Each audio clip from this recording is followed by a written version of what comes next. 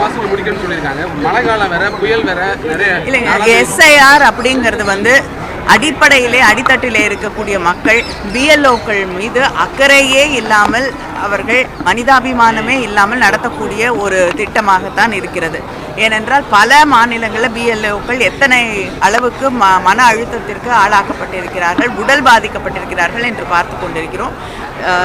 தமிழ்நாட்டிலே இது வந்து மிக குறுகிய அவகாசத்திலே நிறைவேற்றப்பட வேண்டும், முடிக்கப்பட வேண்டும் என்று அழுத்தம் தரப்பட்டு கொண்டிருக்கிறது.